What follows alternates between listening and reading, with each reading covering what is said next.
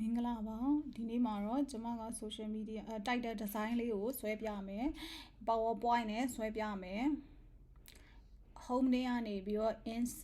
insert ထဲကနေ text box လေးရွေးပြီးတော့စာသားလေးထည့်ပါမယ် home ထဲမှာလည်းရှိတယ် insert ထဲကသွားလဲရတယ်အဲ့တော့အခု shape လေးအရင်ထည့်ပြမယ် shape ကလေးကိုဆွဲလိုက်မယ်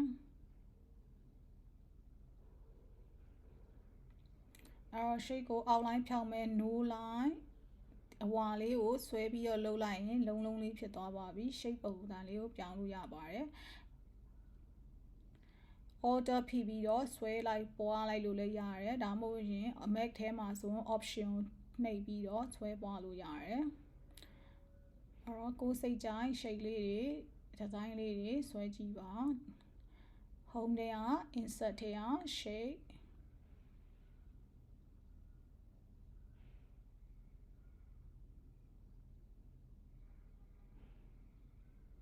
ဒါကတော့ title slide လေးပေါ့နော်ပုံစံမျိုးလေးဆွဲပြတာ social media design ဆိုလဲဒီလိုမျိုးလေးဆွဲလို့ရပါတယ် align middle shape တွေအားလုံး select လုပ်ပြီးတော့ align center align middle align distribute horizontal ဆိုတာ shape တစ်ခုနဲ့တစ်ခုအကွာအဝေးကိုညှိတာပါ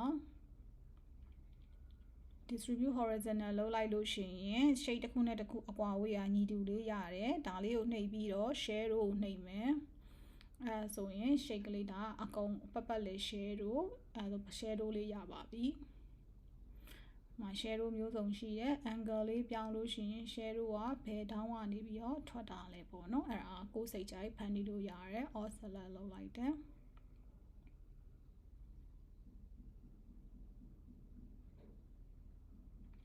ပြီးရင် insert ထဲက pictures online picture နဲ့ပုံထည့်ပါမယ်သူကဘင်နဲ့ချိန်ထားတော့ auto ရောက်လာပါတယ်မရှိဘူးဆိုလို့ရှိရင်လည်း Chrome တို့ဘာတို့ကနေပြီးတော့ပုံရှာပြီးတော့ save လုပ်ပြီးတော့ထည့်လို့ရပါတယ် picture insert picture from file နဲ့ဆိုလို့ရှိရင်ကိုယ်ကွန်ပျူတာမှာရှိတဲ့ save လုပ်ပြီးသားပုံကိုထည့်လို့ရပါတယ်ဒါအခုကျွန်မ ocean နဲ့ beach ocean လေးအရင်ရှာကြည့်မယ် okay beach ပုံလေးရှာကြည့်မယ် okay ဒီပုံလေးကိုကြိုက်တော့ရွေးပြီးရင် insert နှိပ်လိုက်တာနဲ့ပုံကရလာပါပြီ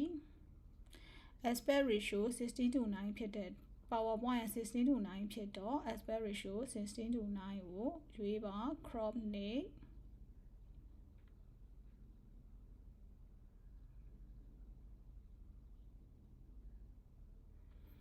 format picture သူ့ကိုအနောက်ပို့မယ် right click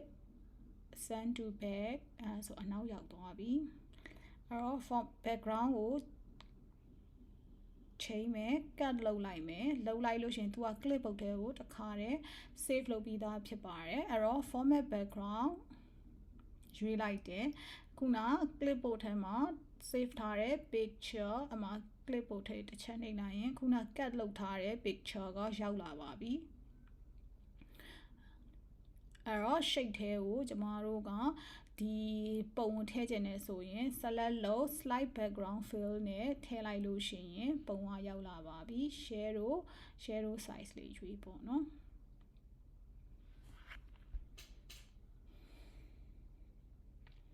ဒါ distance ကြတော့ share တို့ရဲ့အကွာအဝေးတွေရွေးတာပါကိုယ်စိတ်ကြိုက်ဖန်တီးကြည့်ပါ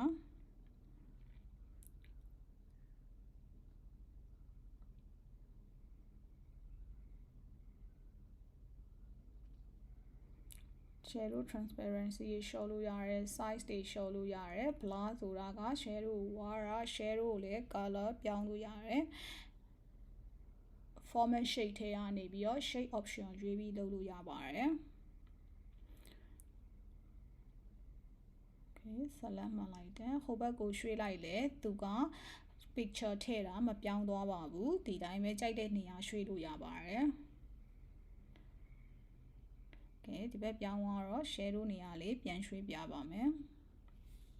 ဒီဇိုင်းကအဲ့လိုနေရာလေးရွှေ့ပြီးတော့နည်းနည်းလေးပြောင်းသွားတာနဲ့သူ့ရဲ့ design style ကပြောင်းသွားတော့ကိုယ်အဆင်ပြေတဲ့ design လေးတွေပြီးပေါ့နော်ဒါဆို share တို့လေးဒီဘက်တစ်ချမ်းလေးဆိုရင်ရပါပြီ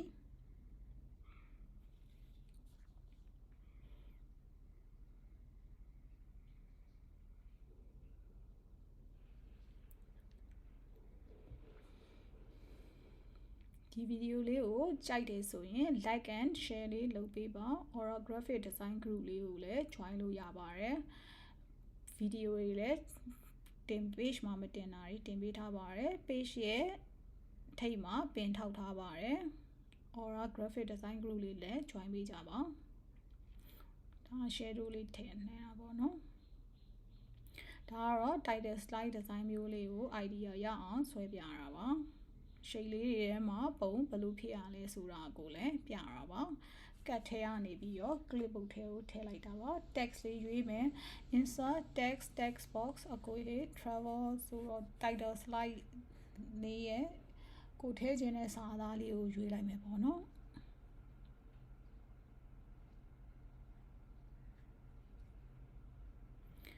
အဲ့မှာစာသားရဲ့ design ပြောင်းလို့ရပါတယ်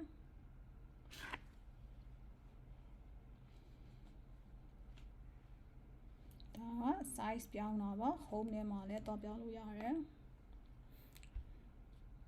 or select လို့လက်နဲ့လေးလုံးတာရွေးမယ်ဆိုတော့ဒီလုံးနဲ့ design font လေးကိုရွေးလိုက်ပါမယ် select လုပ်ထားပြီးလို့ရှိရင်စာသားကို color လေးချိန်လို့ရတယ်စာသား color ချိန်မယ်ဆိုရင် format ထဲမှာ text option အဲ့မှာတွားပြီးတော့စာသားကို color ချိန်လို့ရပါတယ်အရောင်ချိန်လို့ရပါတယ်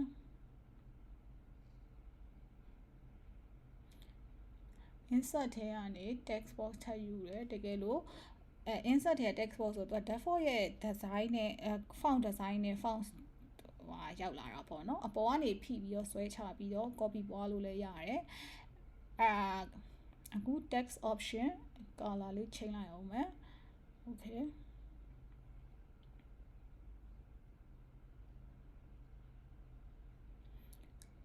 auto ဖိပြီးပွားလိုက်လို့လည်းရတယ် auto မဟုတ်ရင် option ကိုဖိပြီးတော့ပွားလိုက်လို့လည်းရတယ် okay အကုန်ဆက်လက်မှ align format shape ထဲကနေ align horizontal နဲ့ align ညှိလဲရတယ်ကိုယ့်ရဲ့စိတ်ကြိုက်ဖန်တီးကြည့်ပါ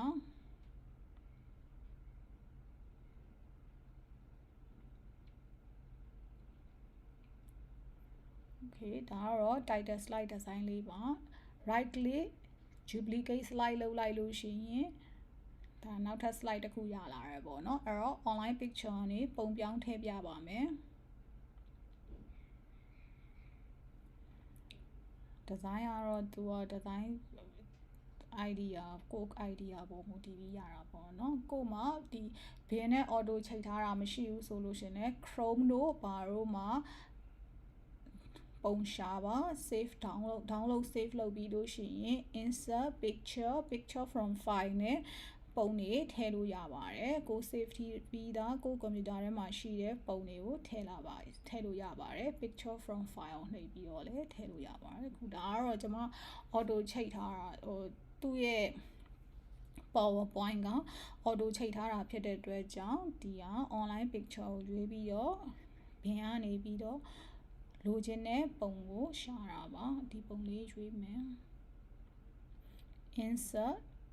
ရောက်လာပါပြီအဲ့တော့ aspect ratio ပုံရောက်လာရင် aspect ratio အရင်ပြောင်းမယ်ပေါ့နော်မတူတော့ okay အဲ့ဒါဆို picture format ထဲက crop ကိုနှိပ်ပြီးတော့ aspect ratio 16:9ကိုရွေးမယ်ပြီးရင် crop ပြန်နှိပ်မယ်အဲ့ဒါဆိုရင် PowerPoint ရဲ့ size အတိုင်းကိုကွက်တီရပါပြီ okay right click နှိပ်ပြီးလို့ရှိရင်လည်းသူက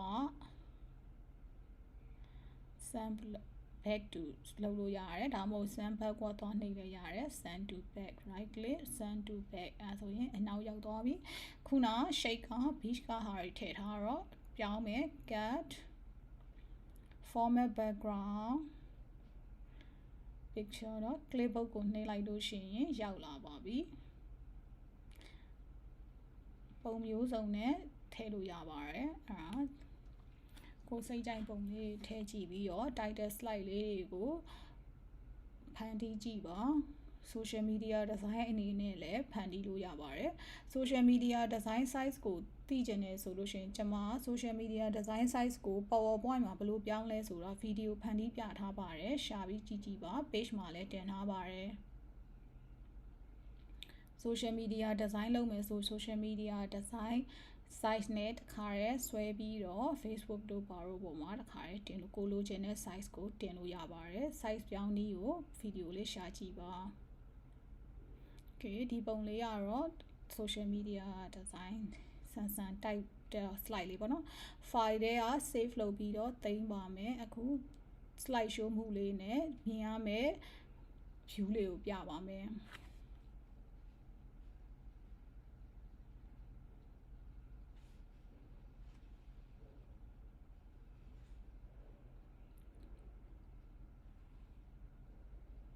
ကျေးဇူးတင်ပါတယ်